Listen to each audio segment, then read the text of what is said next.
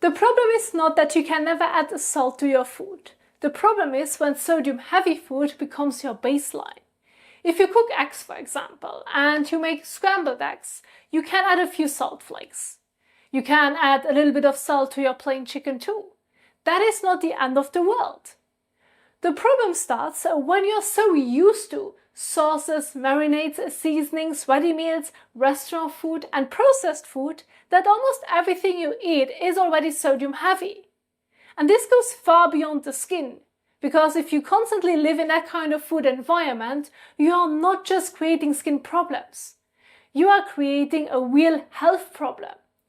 That is why I would first go back to food as it is. Food you can actually eat without needing to change them.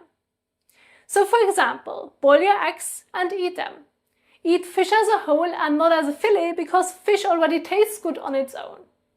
Eat tubers because they have the advantage that they do not need anything on top to become tasty. If a potato does not taste good, it's often a variety issue. So next time, choose a different one. Because once you find a good potato, you do not need to add anything to it. It is already creamy and tasty on its own.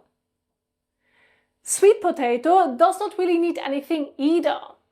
And foods like taro have such a strong taste that you do not need to change them much. Then eat fruit. Fruit also does not need to be changed. It is already enjoyable on its own. And that is the real food diet.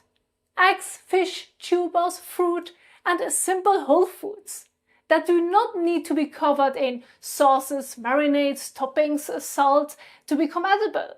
That should be your baseline.